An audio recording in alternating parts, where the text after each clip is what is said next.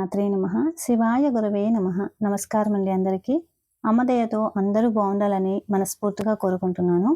ఈరోజు వీడియో వచ్చేసి మనము లలితా సహస్రనామ స్తోత్రంలో శ్లోకాలు చెప్పుకోవట్లేదండి.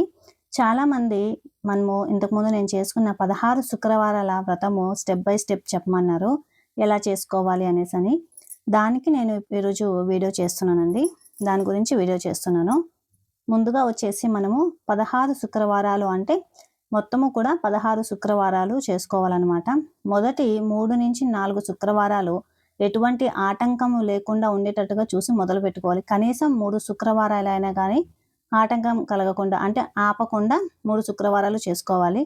ఆడవాళ్ళకైతే మనకి అడ్డంకులు వస్తాయి కాబట్టి మనకి అది నెలసరి పూర్తయిన తర్వాత మొదలు పెడితే కనుక 3 శుక్రవారాల వరకు మనము చక్కగా చేసుకోవచ్చు. తర్వాత మధ్యలో ఆటంకం వచ్చినా కానీ తర్వాత నుంచి మళ్ళీ చేసుకోవచ్చు అనమాట. అంటే 4వ శుక్రవారం నుంచి లెక్క చేసుకోవచ్చు అనమాట. 1, 2 శుక్రవారాలు అయిన తర్వాత గ్యాప్ వచ్చిందనుకోండి, మళ్ళీ మనము ఫస్ట్ నుంచే స్టార్ట్ చేయాల్సి ఉంటుందన్నమాట. అదొకటి.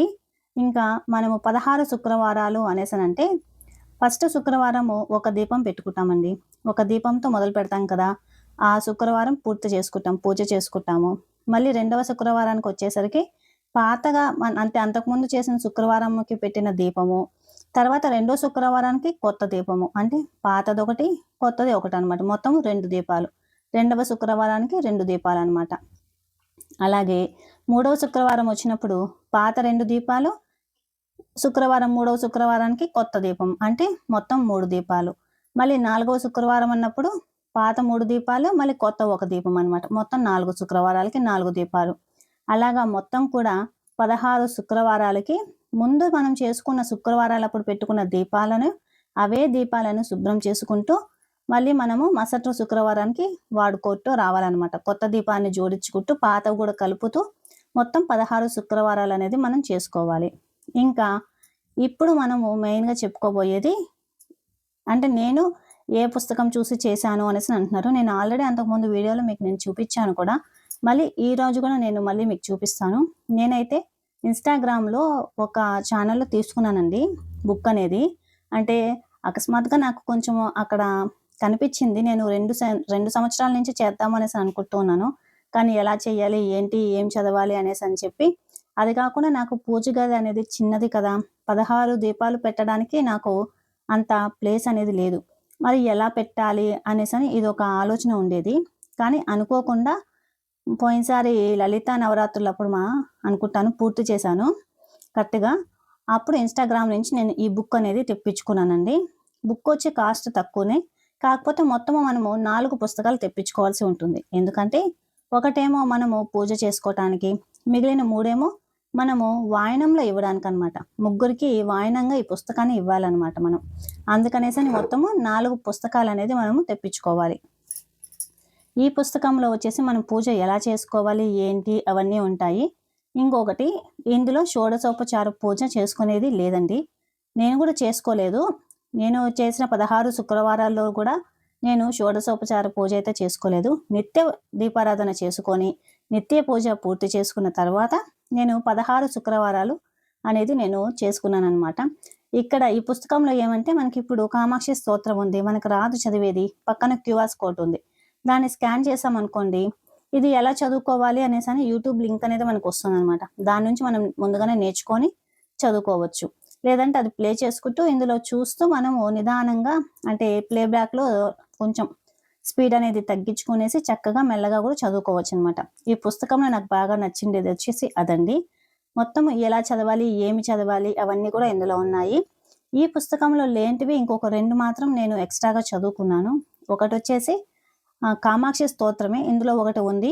ఇంకొకటి వచ్చేసి పరమాచార్య స్వామి వాళ్ళు చెప్పిండ కామాక్షి స్తోత్రం ఒకటి. అలాగే దుఃఖ నివారణ అష్టకం అనమాట. అది తమిళంలో ఉండిద్ది, కానీ నేను నేర్చుకొని చదువుకున్నాను. ఆ వీడియో కూడా నేను తర్వాత నెక్స్ట్ వీడియోస్లో నేను ఒకసారి పెడతానండి, ఎలా చదువుకోవాలి అనేసి అని చెప్పి. మీకు నేను కింద డిస్క్రిప్షన్లో కూడా ఈ 2 నేను ఎక్స్ట్రాగా చదువుకున్న ఈ 2 PDF పెడతాను. PDF కాకపోయినా ఆ స్తోత్రాలు 2 కూడా నేను కింద పెడతాను. అలాగే ఇన్స్టాగ్రామ్, నేను బుక్ ఎక్కడి నుంచి అయితే తెప్పించుకున్నానో ఆ ఇన్స్టాగ్రామ్ లింక్ కూడా నేను కింద ఇస్తానండి. బుక్స్ కూడా ఇప్పుడు అవైలబుల్లో ఉన్నాయి, వాళ్ళు మెసేజ్ చేశారు. చక్కగా మీరు బుక్ అనేది తెప్పించుకోవచ్చు. మీకు అరౌండ్‌గా 4 పుస్తకాలు కలిపి ఒక 200 అలా పడుతుంది. అంటే షిప్పింగ్ ఛార్జెస్ కూడా ఉంటుంది కదా! షిప్పింగ్ ఛార్జెస్‌తో కలిపి అనమాట. బుక్ అయితే చాలా బాగా ఉందండి. నేనైతే షోడశోపచార పూజ చేసుకోలేదు, కానీ అంటే అడిగారనమాట, నేను షోడశోపచార పూజ చేసుకున్నారా అనేసని. నేనైతే షోడశోపచార పూజ చేసుకోలేదు. కాకపోతే పూజ చేసుకునే ముందు అమ్మని చక్కగా పిలుచుకొని, అమ్మ నేను ఈరోజు ఇన్నో శుక్రవారం అంటే ఒకటో శుక్రవారమో, రెండవ శుక్రవారమో అని ఉంటుంది కదా! ఇన్నో శుక్రవారం నేను పూజ చేసుకుంటున్నాను. చక్కగా వచ్చి నా పూజను స్వీకరించు తల్లి అనేసని చెప్పి అమ్మని పిలుచుకొని పూజ అనేది చేసుకుంటాను. నేను ప్రతిసారి కూడా ఉదయాన్నే నేను పూజ చేసుకున్నా. మీరు ఉదయం కానీ, సాయంత్రం కానీ ఎప్పుడైనా పూజ అనేది చేసుకోండి. కాకపోతే ఎప్పుడు చేస్తున్నారో ఆ 16 శుక్రవారాలు కూడా అట్లే కంప్లీట్ చేసుకోవడానికి చూడండి. ఉదయం అయితే ఉదయమే చేసుకోండి. సాయంత్రం అయితే సాయంత్రం చేసుకోండనమాట. అదండి. ఇంకోటొచ్చేసి మనకి పూజ పూర్తి అయిన తర్వాత అంటే 16 శుక్రవారాలు పూర్తి అయిన తర్వాత అమ్మకి వాయనం ఇచ్చుకుంటాము మన శక్తి కొలది. అలాగే ఇంకో ముగ్గురికి మనము వాయనం అనేది ఇవ్వాలండి. వాయనం ఇచ్చేటప్పుడు మనము మామూలుగా జాకెట్టు, పసుపు, కుంకుమ, పూలు లేదంటే మీ స్తోమత ఉంటే చీర ఇలాంటివి ఇస్తారు కదా! అందులో ఈ పుస్తకాన్ని కూడా పెట్టి వాయనంగా ముగ్గురికనేది ఇవ్వాలి. అదండి ఈ పూజది. ఇంకా స్టెప్ బై స్టెప్ అంటే నేను చేసిందైతే ఇదే అండి. నేను సింపుల్‌గానే చేసుకున్నాను. కాకపోతే మనస్ఫూర్తిగా చక్కగా చేసుకున్నాను. ఈ 16 శుక్రవారాలు కూడా ఒక్కటి మాత్రం గుర్తుపెట్టుకోండి. ఆటంకాలు, పరీక్షలు ఇవన్నీ కూడా ఎదురవుతూనే ఉంటాయి. ఫస్ట్ 2, 3 శుక్రవారాలు చక్కగా చేసేసుకున్నాము అనుకుంటాము.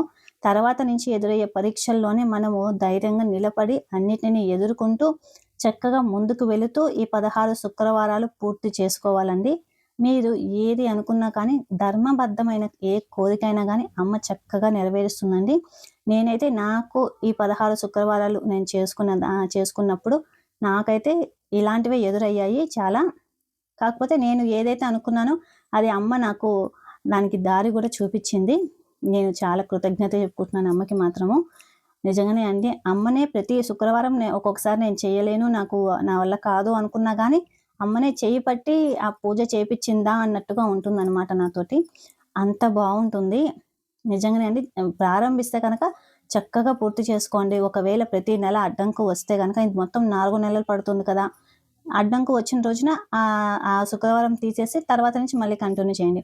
కాకపోతే ఫస్ట్ 3 శుక్రవారాలు మాత్రం ఎటువంటి అడ్డంకులు లేకుండా చూసుకోండి. 16 శుక్రవారాలు కూడా 16 దీపాలు మాత్రము ఎటువంటి పరిస్థితుల్లో కూడా చెల్లు అవ్వకుండా అంటే ఏమీ అవ్వకుండా చూసుకుంటూ జాగ్రత్తగా చేసుకోండి. అంతే అండి. మీకేమైనా డౌట్స్ ఉంటే కనుక నాకు కింద కామెంట్ చేయండి. నేను నాకు తెలిసిందేది చెప్పడానికి ప్రయత్నిస్తాను. అందరూ కూడా చక్కగా అమ్మవారి పూజ చేసుకొని అమ్మ ఆశీర్వాదాలు పొంది మంచిగా ఆధ్యాత్మిక మార్గంలో ముందుకు సాగాలని చెప్పి మనస్ఫూర్తిగా కోరుకుంటున్నాను. ఇంకొక విషయం చెప్పడం మర్చిపోయానండి. ప్రతి శుక్రవారం కూడా మనము పూజ చేసుకున్న తర్వాత ఉద్వాసన అనేది చెప్పుకోవాలి. అది మనము పూజ అయిపోయిన తర్వాత ఒక హాఫ్ అన్ అవర్ అయిన తర్వాత చెప్పుకోవచ్చు పొద్దున్నే. లేదంటే సాయంత్రం పూజ చేసుకున్న తర్వాత సాయంత్రం అయినా చెప్పుకోవచ్చండి. నేనైతే ఉదయం పూజ అయిపోయిన తర్వాత వెంటనే చెప్పుకునేది ఇష్టం లేక నేను సాయంత్రం అనేది చెప్పుకున్నాను. మీరు అలాగైనా చేసుకోవచ్చు. లేదు పూజ అయిపోయిన తర్వాత వెంటనే కూడా మీరు చెప్పుకోవచ్చండి. సాయంత్రం పూజ అయిపోయిన వెంటనే కూడా చెప్పుకోవచ్చనమాట. అది మీ ఇష్టము. కానీ ప్రతి శుక్రవారం మాత్రము ఎప్పటికీ అప్పుడు మనము ఆ శుక్రవారం పూజ అయిపోయిన తర్వాత మాత్రమే మనము ఉద్వాసన అనేది చెప్పుకోవాలి అండి. అది మాత్రం మర్చిపోకండి. మనకి ఆ బుక్కులో ఎలా చెప్పుకోవాలి అనేది కూడా ఉంటుందన్నమాట లాస్ట్‌లో. అదొకటి గమనించగలరు. మరి ఉంటానండి. శ్రీ మాత్రే నమః. శివాయ గురవే నమః. సర్వం శ్రీ లలితార్పణమస్తు.